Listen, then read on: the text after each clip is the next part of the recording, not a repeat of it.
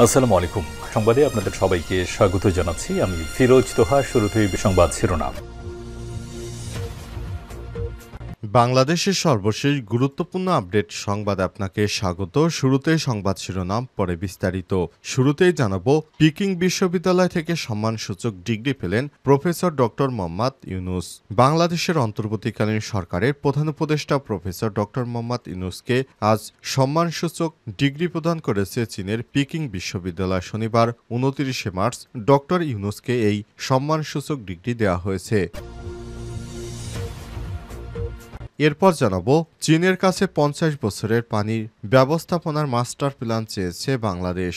শত শত বিস্তৃত নদী ও পানি ব্যবস্থাপনা পরিচালনার জন্য চীনের কাছ থেকে ৫০ বছরের মাস্টার প্ল্যান চেয়েছেন প্রধান উপদেষ্টা প্রফেসর ডক্টর মোহাম্মদ ইউনূস। চীনের রাষ্ট্রীয় অতিথি ভবনে চীনের পানি সম্পদ মন্ত্রী লি গোয়াংয়ের সঙ্গে বৈঠকের সময় এই আহ্বান জানান প্রধান উপদেষ্টা। এদিকে নির্বাচনের আগে সব সংস্কার শেষ করতে হবে বললেন নাহিদ ইসলাম। জাতীয় নাগরিক পার্টি এনসিপির আহ্বায়ক নাহিদ ইসলাম বলেছেন, আমরা অন্তর্বর্তীকালীন সরকারের সময় বিচার ও সংস্কার, গণপরিষদ নির্বাচনের মাধ্যমে নতুন সংবিধান প্রণয়নের কথা বলেছি। জুলাই গণ অভ্যুত্থানের বিচার শেষ না করে সরাসরি নির্বাচনের দিকে গেলে পরবর্তী সরকার সংস্কার প্রক্রিয়া অব্যাহত রাখবে কিনা নিশ্চয়তা নেই। এবারে জানাবো, ধামরায় ৯০০ জনের বিরুদ্ধে মামলা।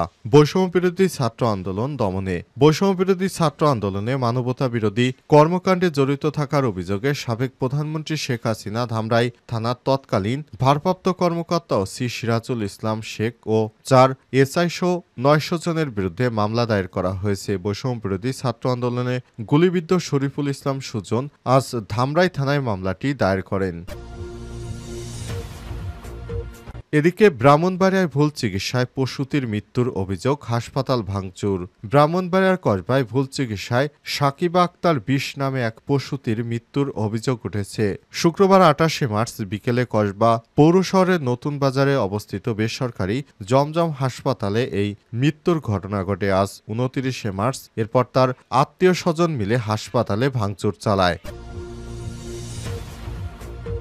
এবং সর্বশেষ জানাবো, মিয়ানমারে ভয়াবহ ভূমিকম্প, নিহত বেড়ে ৬৯৪, আহত ১৬৭০। মিয়ানমারে আঘাত হানা ভয়াবহ ভূমিকম্পে নিহতের সংখ্যা বেড়ে ৬৯৪ জনে দাঁড়িয়েছে। এই ঘটনায় আহত হয়েছে ১৬৭০ জন। মিয়ানমারের শাসক জান্তা শনিবার ২৯ মার্চ এই তথ্য জানিয়েছে খবর এএফপির। প্রিয় দর্শক, এতক্ষণ শুনছিলেন সংবাদ শিরোনাম, এবারে বিস্তারিত। তবে তার আগে বন্ধুরা, অনুরোধ থাকবে এই সংবাদটিতে একটি লাইক দিন। এই চ্যানেলে আপনি নতুন হয়ে থাকলে আমাদের সংবাদটি দেখতে দেখতে চ্যানেলটি সাবস্ক্রাইব করে রাখুন। কমেন্ট করে বন্ধুরা আপনার মূল্যবান মতামত জানিয়ে দিন আপনি বিশ্বের কোন দেশ থেকে বা বাংলাদেশের কোন স্থান থেকে আমাদের সংবাদটি দেখছেন এবং শুনছেন। এবারে বিস্তারিত।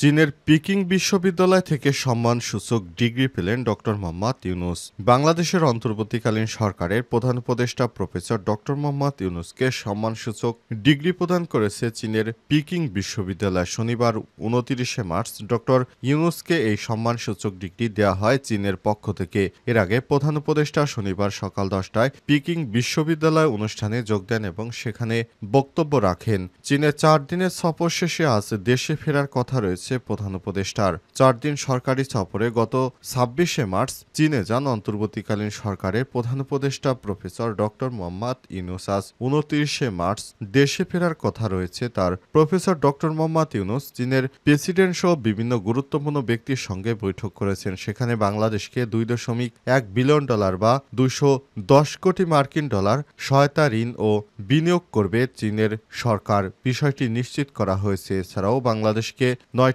সমঝোতা স্মারক ও চীনের মধ্যে ৯টি সমঝোতা স্মারক চুক্তি স্বাক্ষরিত হয়েছে। এগুলো বাংলাদেশের জন্য একটি অভাবনীয় পরিবর্তন বয়ে আনবে, যা বাংলাদেশের মানুষের দীর্ঘদিনের প্রত্যাশিত ছিল।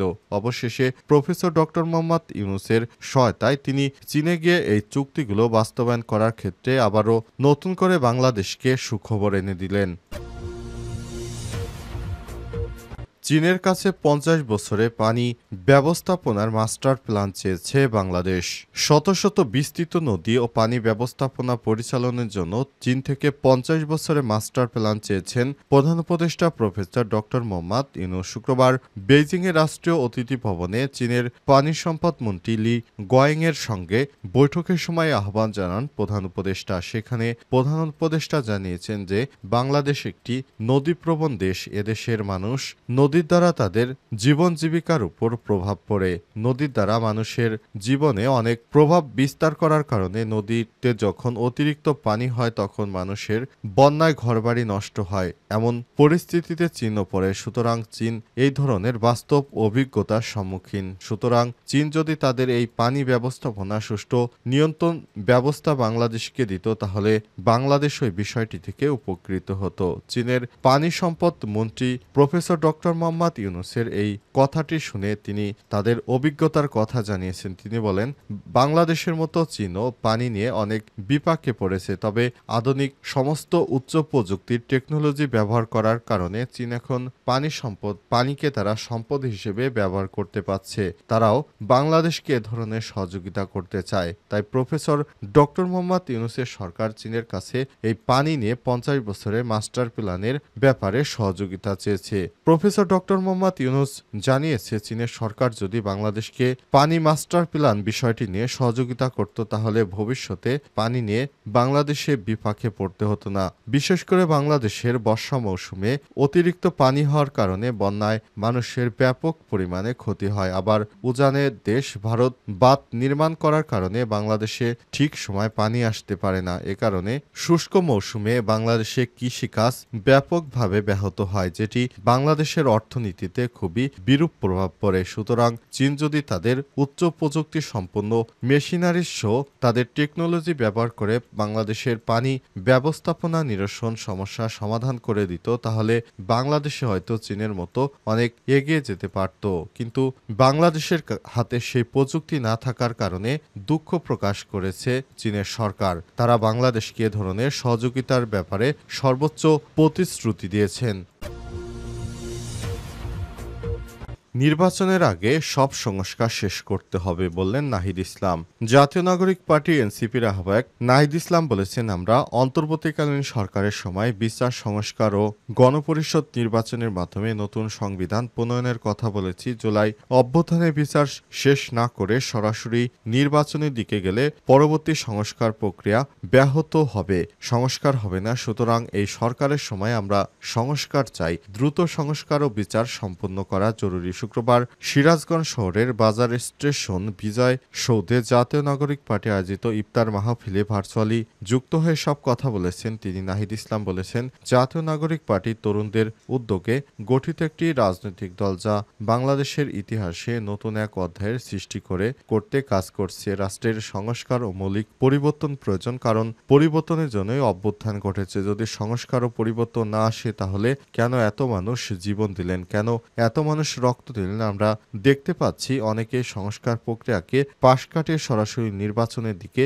এগিয়ে যাচ্ছে, যা অত্যন্ত উদ্বেগজনক। শুধুমাত্র একটি নির্বাচনের জন্য এই ধরনের কর্মকাণ্ড বা হত্যাকাণ্ড হয়নি। সেখানে হত্যাকাণ্ড করা হয়েছে ফ্যাসিস্ট সরকারের নিয়মনীতি চালু রাখার জন্য। কিন্তু শিক্ষার্থীরা সে বিষয়টিকে তোয়াক্কা না করে নিজের জীবনের বিনিময়ে বাংলাদেশে এই নতুন স্বাধীনতা এনে দিয়েছে। ঢাকার ধামরায়ে ৯০০ জনের বিরুদ্ধে মামলা। বৈষম্যবিরোধী ছাত্র আন্দোলনে শিক্ষার্থীদের উপর হামলার ঘটনায় ৯০০ জনের বিরুদ্ধে মামলা করা হয়েছে। বৈষম্যবিরোধী ছাত্র আন্দোলনে মানবতাবিরোধী কর্মকাণ্ডে জড়িত থাকার অভিযোগে সাবেক প্রধানমন্ত্রী শেখ হাসিনা ধামরাই থানা তৎকালীন ভারপ্রাপ্ত কর্মকর্তা ওসি সিরাজুল ইসলাম শেখ ও ৪ এসআই সহ ৯০০ জনের বিরুদ্ধে মামলা করেছে। বৈষম্যবিরোধী ছাত্র আন্দোলনে গুলিবিদ্ধ শরীফুল ইসলাম সুজন ২৮ নামে এক ব্যক্তি। মামলায় আসামিদের মধ্যে আরও রয়েছে আওয়ামী লীগের সাধারণ সম্পাদক ওবায়দুল কাদের, সাবেক স্বরাষ্ট্রমন্ত্রী আসাদুজ্জামান খান কামাল, ঢাকা জেলা আওয়ামী লীগের সভাপতি এবং ঢাকা ২০ আসনের সাবেক সংসদ সদস্য বেনজির আহমেদ ও আওয়ামী লীগের নেতাকর্মীরা। মামলার সূত্র থেকে জানা গেছে, ঢাকা আরিচা মহাসড়কে বৈষম্যবিরোধী ছাত্র আন্দোলনে ছাত্র জনতা শান্তিপূর্ণভাবে অবস্থান কর্মসূচি পালন করে। এ সময় তাদের উপর শেখ হাসিনার নির্দেশে আসামিরা অতর্কিত হামলা ও গুলিবর্ষণ করেছে। এতে গুলিবিদ্ধ গুলিবিদ্ধ হয়ে অনেকেই আহত হয়েছে। হামলার বাদী সুজনের বাম হাতের কবজিতে গুলি লাগে, এতে তিনি মারাত্মক রক্তাক্ত ও জখম হন। উল্লেখ্য, সাবেক ওসি সিরাজুল ইসলাম শেখ হাসিনাকে Gaibandha police in service training সেন্টারে কর্মরত রয়েছে। মামলার বাদী ও সাভার আশুলিয়া থানার খেজুরটেক এলাকার আব্দুর রশিদ প্রামাণিকের ছেলে সুজন জানান, বহুবার চেষ্টা করে মামলা করতে ব্যর্থ হয়েছি। বিএনপির কতিপয় নেতাকর্মী আমাকে এই মামলা করা থেকে বিরত রাখে। শেষমেশ বিএনপির ঊর্ধ্বতন নেতাদের সঙ্গে আলাপ আলোচনা করে আমরা মামলা করার সুযোগ পেয়েছি। ধামরাই থানার ওসি মনিরুল ইসলাম জানান, 5ই অগস্ট সরকার পতনের পর ধামরাই থানায় 4টি মামলা হয়েছে। ঊর্ধ্বতন কর্তৃপক্ষের নির্দেশে নতুন মামলা রেকর্ড করা হয়েছে। তদন্ত সাপেক্ষে আসামিদের বিরুদ্ধে যথাযথ আইনগত ব্যবস্থা নেওয়া হবে।